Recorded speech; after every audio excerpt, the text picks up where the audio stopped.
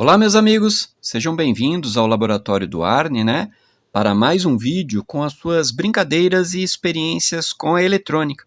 Hoje, trago aqui mais uma experiência com o Raspberry Pi Pico, Tem aqui o processador RP2040, A ideia hoje é apresentar e mostrar, como controlar um motor de passo do tipo unipolar, usando a Raspberry Pi Pico sem aplicação de bibliotecas externas, apenas com as GPIOs aqui.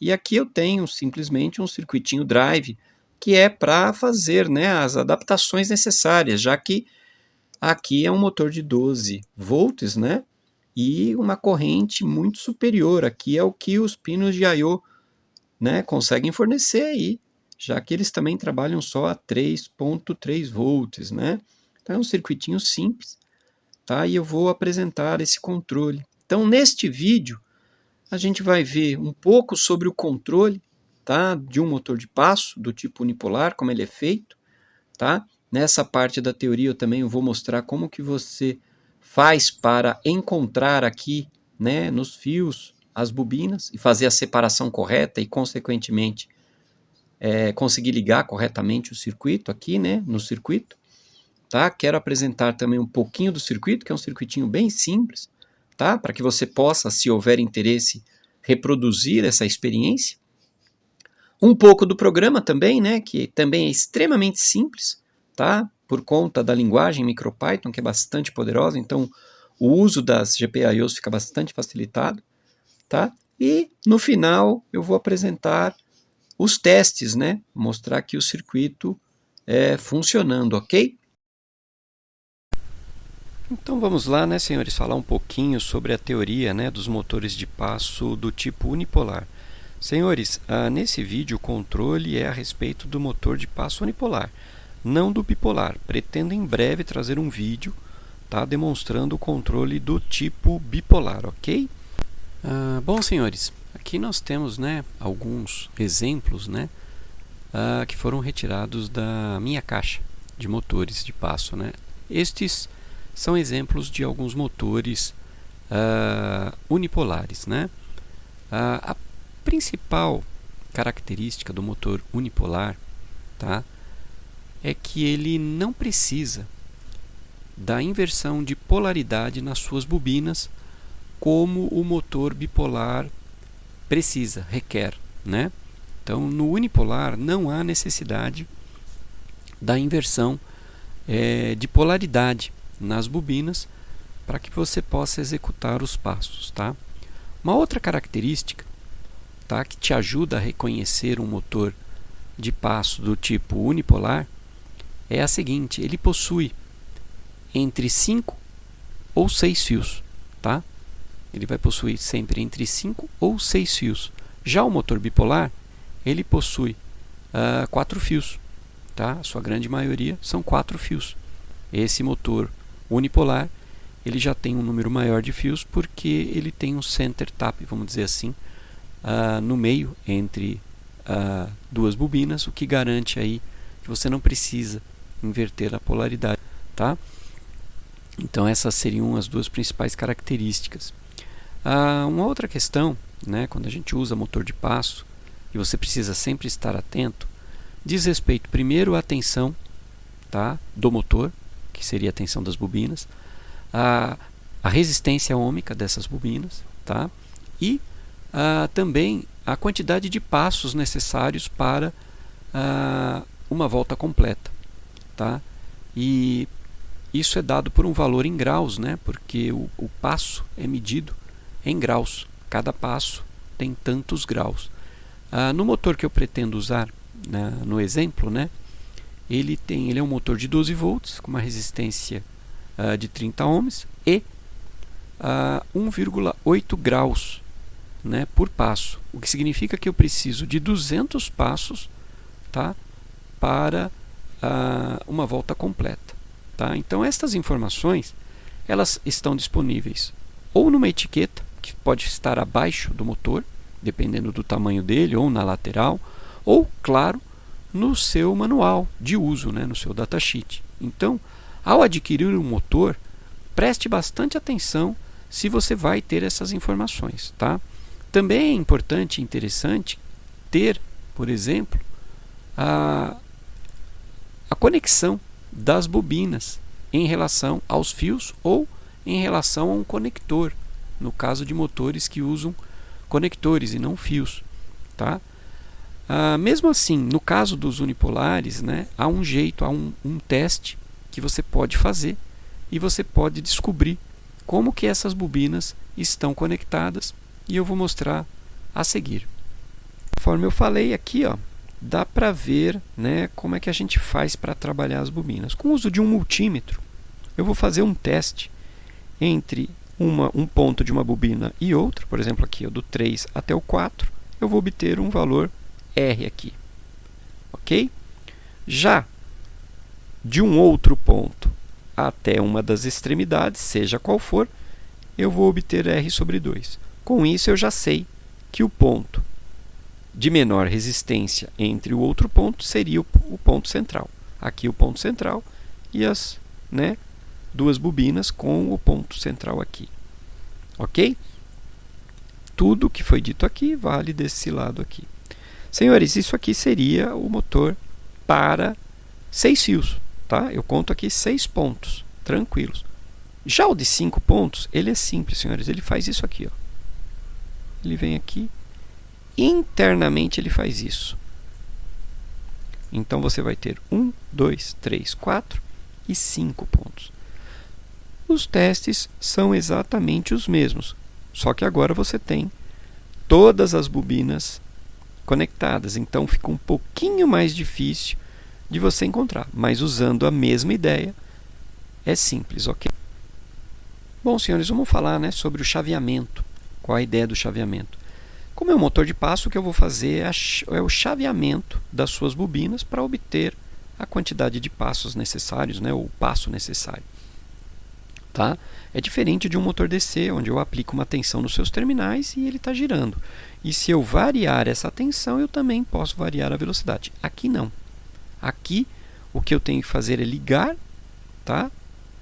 No meu caso, eu estou ligando duas bobinas e desligando duas. Tá? Sempre isso, mantendo duas ligadas e duas desligadas. Tá? Isso eu estou fazendo um chaveamento. A velocidade que eu imponho nesse chaveamento determinará a velocidade que eu tenho final no motor de passo. Claro, há um limite, né? É um limite físico, inclusive. Vamos lá, no primeiro passo, olha aqui o que eu fiz. Eu estou com a bobina 2 e a bobina 4 ligada. Vamos voltar aqui, ó. Bobina 2 e bobina 4 ligadas. No passo 2, eu já tenho a bobina 1 e a bobina 4 ligadas, mantendo 2 e 3 desligadas. Vamos voltar aqui, ó. Agora eu fiz isso, ó. Liguei essa 1 e a 4. Agora, passo 3 aqui, ó. Eu vou ligar a bobina 1 e a bobina 3. Agora a 2 e a 4 estão desligadas. Vamos voltar lá. Bobina 1 e bobina 3. Ok? Agora, passo 4. O que eu faço? Eu tenho a bobina 2 e a bobina 3 ligada, enquanto que a bobina 1 e 4 estão desligadas. Voltando aqui, eu fiz agora isso aqui, ó, 2 e 3. Tá, senhores? Exatamente isso aqui. Né? Senhores, percebam um detalhe interessante aqui, ó. No passo 1, eu liguei bobina 2 e bobina 4. No passo seguinte, percebam que a bobina 4, ó, ela na verdade não fica desligada. Tá? No chaveamento, ele é rápido. Tá? A bobina 4 aqui, ó, eu troquei da bobina 1 para a bobina 2 aqui. Ó. Tá? Da 2 para 1. Olha ela ligada aqui. Já do passo 2 para o 3, olha aqui, ó. Eu mantendo a bobina 1 e chaveei da 2 para 3. Tá? Do passo 3 para o 4, olha a conexão aqui. Ó. Tá? Eu estou sempre, para o passo ser executado de forma correta, uma das bobinas, né, mantém-se ligada para o próximo passo. Olha que interessante. Do passo 4, eu vou voltar para o passo 1, porque essa é a minha sequência de chaveamentos. Olha aqui, ó. A bobina 2 se manteve ligada e o que eu desliguei aqui, ó, eu fui da bobina 3 para a bobina 4. Ok, senhores? Então, esta ideia aqui precisa ser mantida. E um detalhe importante é, se eu inverter aqui a bobina 1 com a bobina 2, considerando o desenho do slide anterior, eu apenas vou ter a inversão no sentido de giro, só isso. A mesma coisa para a bobina 3 e 4. Agora, se eu inverter a bobina 1, por exemplo, tá, com a bobina 3, ou a bobina 2 com a bobina 4, eu não terei giro algum. Não vou ter passo, não vou ter nada. Eu vou ter um motor simplesmente travado. Voltando aqui, eu posso inverter a 1 com a 2? Posso. Mas eu não posso. Posso inverter a 3 e a 4? Posso também. Mas eu não posso inverter 1 com 3 e nem 2 com 4. Porque aí eu já não tenho o funcionamento correto do meu motor. E é aqui onde mora o problema dos motores de 5 fios. Porque é muito fácil você confundir nos testes as bobinas 1 e 3, 2 e 4. Então, está fazendo um teste, o motor não está funcionando e você tem quase certeza absoluta de que tanto o drive eletrônico que você montou, né, quanto a parte de software estão corretas, começa a desconfiar um pouquinho da conexão de fio, principalmente se o motor for de 5 fios. Os de 6 fios são os mais fáceis porque as bobinas estão literalmente separadas. Já os de 5 a gente tem aquilo que eu mostrei, né? Aquilo aqui, ó, esta conexão aqui, ó. E aí fica realmente difícil porque você tem, na verdade, todas as bobinas conectadas. Você tem que ter mais cuidado ao fazer os testes, ok? Bom, senhores, aqui nós temos o circuito, né? Ele é extremamente simples. Vou começar aqui com, né, a nossa Raspberry Pi Pico. Está aqui. Eu estou usando a GPIO 0, 1, 2 e 3 para o controle do motor, tá? Eu escolhi, né, o drive, usar um circuito integrado, que é o LN 2003, tá? Esse drive está ligado diretamente ao motor, tá? A numeração aqui está um pouquinho diferente, porque aqui é o Eagle, né? Mas você tem aqui o ponto 1, o ponto 2, o ponto 3 e o ponto 4. E aqui, né, os pontos de ligação para o VCC do motor, que no caso aqui são 12 volts. Então este cara aqui já ajuda, né, a fazer o drive, porque a corrente que eu vou ter aqui é baixa, tá? E a corrente que eu vou ter aqui é bem mais alta. E aqui eu tô, né, com a tensão aqui no nível high é 3.3 volts e aqui eu vou ter, né, a tensão, né, de 12 volts. Lembrando que este CI aqui, o que ele faz, né, é jogar o GND, né, jogar este ponto, cada uma das bobinas, ligar ao GND. Ele está fazendo um chaveamento para mim. Aqui, senhores, eu tenho 4 resistores de 1K, que são resistores limitadores de corrente para os LEDs, que eu liguei às bobinas, né, aos polos aqui do motor, de maneira que eu posso visualizar, tá? Dependendo da velocidade, eu consigo ver aqui o chaveamento das bobinas, tá? Lembrando, senhores, que eu mostro aqui 4 bobinas, o tempo todo eu estou falando em 4 bobinas, mas é óbvio que o motor de passo não tem só 4 bobinas, tá?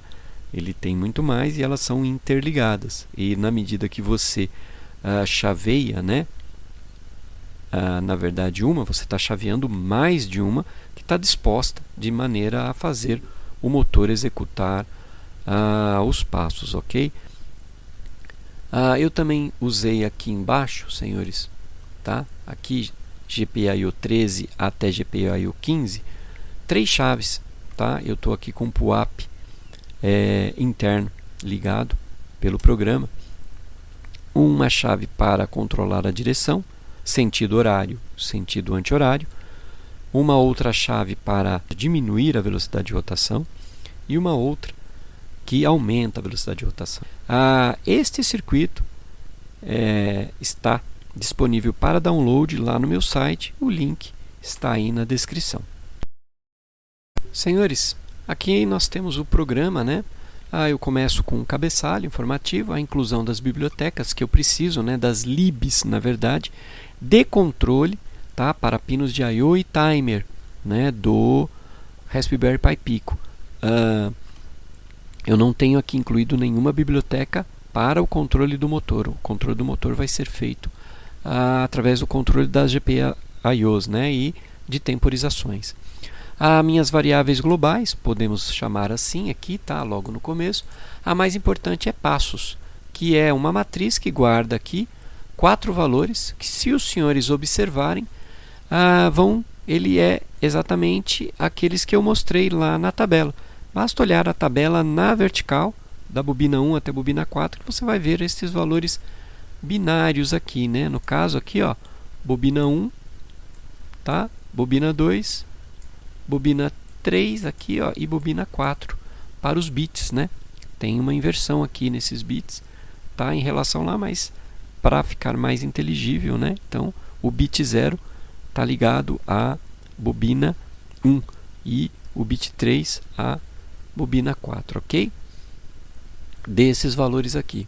Uma variável para sentido, uma outra variável para guardar a velocidade, uma variável ponteiro que eu vou usar aqui, né? Conforme eu executo um passo, eu tenho que incrementar ou decrementar o meu ponteiro de acordo com o sentido que eu preciso, né?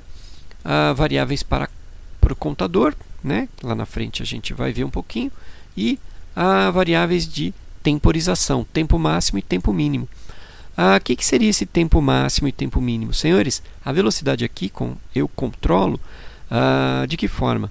Quanto maior é o tempo entre os passos, menor é a velocidade. Quanto menor é o tempo entre os passos, maior é a velocidade. E esse tempo eu configurei ele para milissegundos, ok? Aqui em seguida eu tenho uma variável, tá? Onde eu inicio os números, né? Uma matriz com o número dos pinos que eu estou usando para as bobinas do motor, que vai de 0 a 3. Uma outra matriz motor que eu vou inserir o quê? A inicialização e a configuração dos pinos, e a partir daí eu posso usar esta variável sempre que eu precisar, para colocar o valor que eu preciso dentro do GPIO, que é sempre 0 ou 1, ok?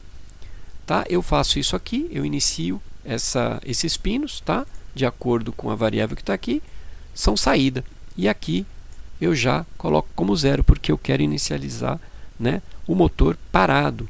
Aqui é a inicialização dos botões, aumento de velocidade, diminui velocidade e muda a direção nos pinos 13, 14 e 15, conforme eu mostrei lá no circuito, tá? São pinos de entrada e com o PUAP interno ligado. Aqui o pino para LED Live, ok? Que é aquele LED built-in que tem na placa, que eu quero fazer piscar, e também começo ele com 0, ok? Na sequência eu tenho as funções, eu vou descer direto para main. Aqui em main o que eu faço é jogar uma mensagem direto para o shell, né, do Tony. O Tony tem um shell e chamo uma função escreve shell. O que essa função faz? Sempre que eu a chamo, ela vai escrever numa linha, vai colocar o sentido que o motor está girando e qual é a velocidade que ele está, tá? E em seguida começa um loop infinito chamando uma função que gira o motor, que rotaciona o motor, ou seja, essa função está sempre sendo chamada, ok? Agora, senhores, vamos começar a dar uma olhada nas funções propriamente dita. Aqui eu tenho a minha função de interrupção, tá? Eu coloco aqui Global Counter e Global Counter 2, elas já estão aqui em cima, mas eu tenho que informar, o Python tem que saber que essas variáveis estão lá fora, porque senão ele vai tratar tudo como local, tá? Aqui o que eu faço é aguardar, como a interrupção acontece a cada 50 milissegundos, então eu conto até 4, tá? Se ele for 4, eu volto ele para 0 e chamo a função de leitura de chaves, tá? Eu vou ler as chaves, então eu estou lendo as chaves a cada 200 milissegundos. É um debounce de 200 milissegundos para a leitura das chaves. O Counter 2 eu uso apenas para fazer a inversão dos LEDs, eu conto até 10, Tá? Se ele chega a 10, eu volto ele a 0 e inverto o estado do LED. Então você vê o LED piscar a cada 500 milissegundos. Tá? Isso é tocado pelo timer. Tá? A próxima função é a escreve shell. O que ela faz? Ela faz 60 backspaces, tá? Na linha que ela está, tá? Que é para voltar, né? Porque ela não apaga esse backspace, ele só faz o retorno do cursor. Tá? Em seguida, eu jogo 60 espaços e volto novamente o cursor. E aí eu vou começar a escrever direção, e aí dependendo do sentido, se 0 parado, se 1 está girando horário, se 2 está girando anti-horário. E logo em seguida a velocidade, tá? E vou imprimir, né? Ou vou colocar a velocidade no shell. Notem aqui que eu tiro 100 do valor da velocidade. Por quê? Porque você precisa ver um valor. Se você está aumentando a velocidade, é um valor, né, crescente. Se você está diminuindo, ele tem que ser decrescente. Por isso que eu tiro de 100, porque aqui a velocidade está funcionando ao contrário, porque ela na verdade é um tempo, né, que eu já expliquei anteriormente.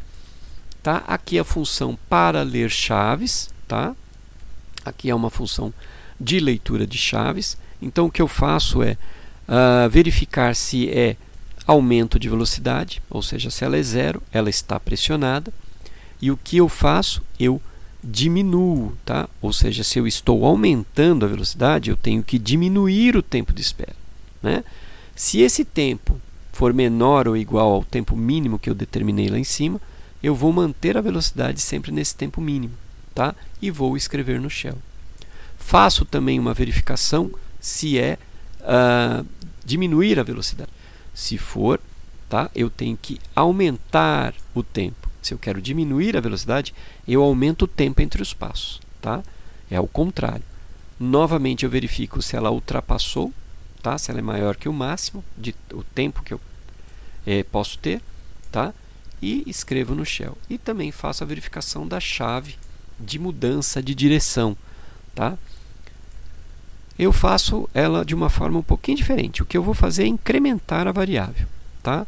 Eu incremento a variável, estou mudando de direção automaticamente, eu já zero o ponteiro. Tá? Se o sentido passar, ou seja, se essa variável for maior ou igual a 3, ou seja, passou do limite, porque ela só pode ser 0, 1 ou 2, eu volto para 0. Então, ela vai ficar retornando para 0. E escrevo isso no shell para que o usuário possa ver. Okay? E aqui, senhores, eu tenho a minha função, né, que faz o motor girar propriamente dito. Aqui eu estou trabalhando o sentido. Tá? Primeira coisa que eu vou fazer é verificar o sentido. Se 1, a variável indicar 1, é giro horário. Se for 2, é giro anti-horário. Qualquer outro valor, e aqui no caso será 0 por conta da função leteclas, ele vai parar o motor. Tá? No Python, senhores, eu não tenho uma forma de enviar um valor, um byte, por exemplo, para um port. Eu estou trabalhando direto com pinos de I/O de forma independente, com as GPIOs. Então eu tenho que fazer algo que eu possa colocar o valor. Então é o que eu faço aqui. Ó. Vou contar de 1 até 4. Este range ele vai me pegar o quê? Dentro da matriz motor, onde eu inicializei os pinos de I/O, eu vou colocar agora um value. Esse value só aceita 0 ou 1. Então, no primeiro passo, segundo, terceiro e quarto passo, que está guardado dentro aqui da matriz passo, eu tenho o ponteiro que aponta para este valor. Eu tenho que fazer uma lógica AND com 1, 2, 4 ou 8 para, né, eliminar todos os outros bits que não sejam o bit da posição que eu preciso, tá? E em seguida fazer aqui, ó, um shift agora à direita na quantidade do valor K, tá? Para posicionar este cara, porque aí eu vou ter só 0 ou 1. Então eu consigo fazer através desta lógica aqui, ó, isolar, vamos dizer assim, né, o bit que estiver apontado aqui por ponteiro dentro da minha matriz passos, de acordo com o passo que eu estou dando aqui, ó, senhores. Eu consigo isolar exatamente esses bits aqui, ok? Feito isso, senhores, se eu estou girando horário, vamos dizer assim, eu vou incrementar o ponteiro. Se o ponteiro for maior ou igual a 4, eu volto ele para 0, tá? Então eu vou sempre ficar ali, né? Porque eu tenho 0, 1, 2 e 3, as minhas posições aqui, ó, né, ó. 0, 1, 2 e 3 são as posições dentro da minha matriz, tá? Se eu estiver, o pedido do giro é anti-horário, eu, né, vou decrementar esse ponteiro, tá? Eu faço um passo, incremento ou decremento, de acordo com o sentido que eu estou, ok, senhores? Percebam sempre o detalhe aqui, ó. Se eu estava, por exemplo, em 0 e eu decremento o ponteiro, ele vai para -1.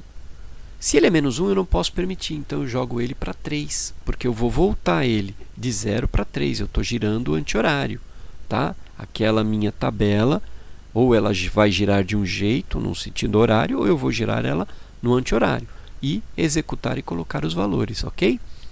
Então, basicamente, é isso que esse programa faz. Ele é bem simples, eu vou deixar ele junto com o pacote, né, para download lá no meu site e os links aí na descrição. E agora a gente vai partir para os testes e vai poder dar uma olhada junto aqui no programa também. Bom, senhores, vamos lá, né, para o teste final.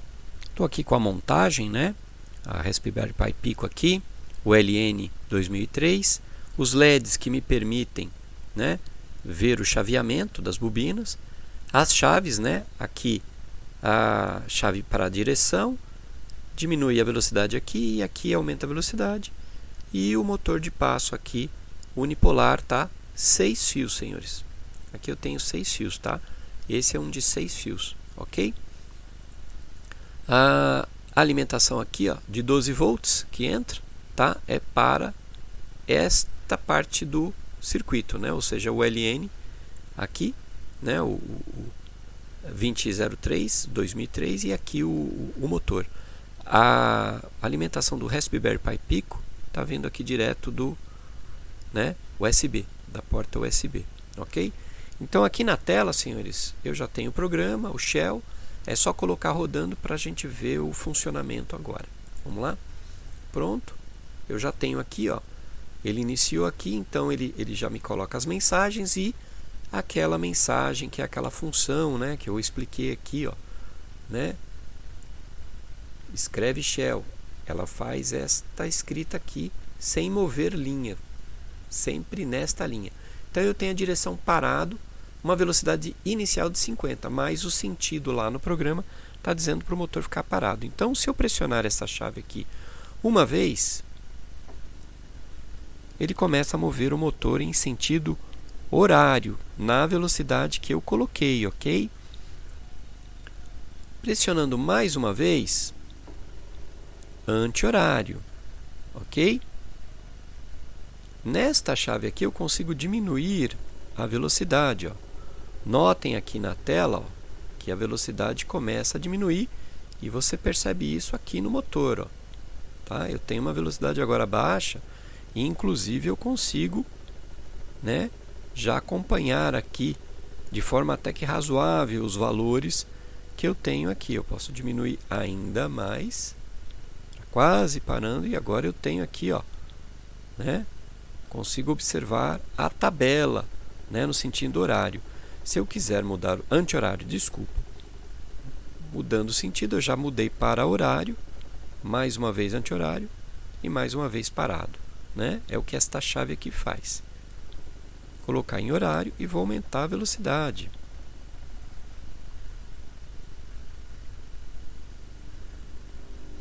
Ok? E posso ir aumentando a velocidade. Agora eu já não tenho mais condição de, nos LEDs, observar o que está acontecendo aqui nas fases, ok? Porque é muito rápido, mas eu já tenho um giro com uma velocidade bem razoável, tá? A velocidade full faz com que o motor comece a vibrar, né? Ó, ele está solto na mesa,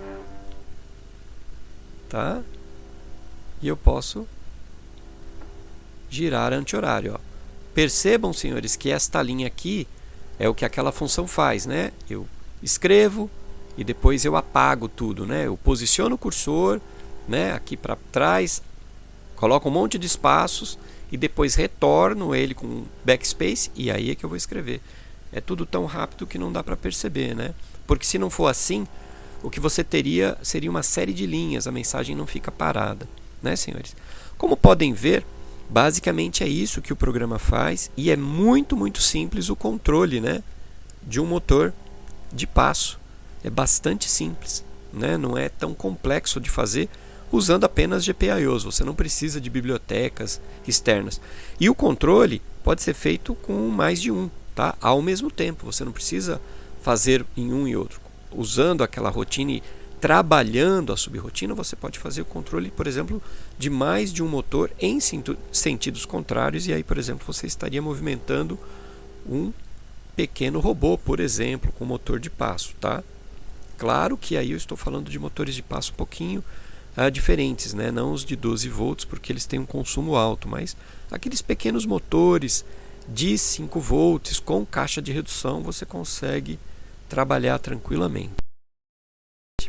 Bom, senhores, era isso que eu tinha para mostrar nessa experiência, espero que tenham gostado. Peço que, né, se gostou, deixar aquele like. Quem não for inscrito, inscreva-se no canal, tá? E não se esqueça de deixar os comentários. Se você costuma usar motor de passo nos seus projetos, se já usou motor de passo unipolar, se você, ao usar motor de passo, prefere o bipolar ao unipolar, né? Em que tipo de projeto você já utilizou motor de passo, isso também é bastante interessante. Drive, qual é o drive que você está utilizando? Você usa CI, prefere fazer com transistores e tal, né? Não se esqueça, deixem os seus comentários, todo comentário é sempre muito bem-vindo, ajuda, enriquece, né? Porque a turma acaba aproveitando também o conhecimento do pessoal que está seguindo o canal e, né, através dos comentários, ok, senhores? Então é isso, eu quero agradecer muito a quem assistiu até agora, o meu muito obrigado e até o próximo vídeo.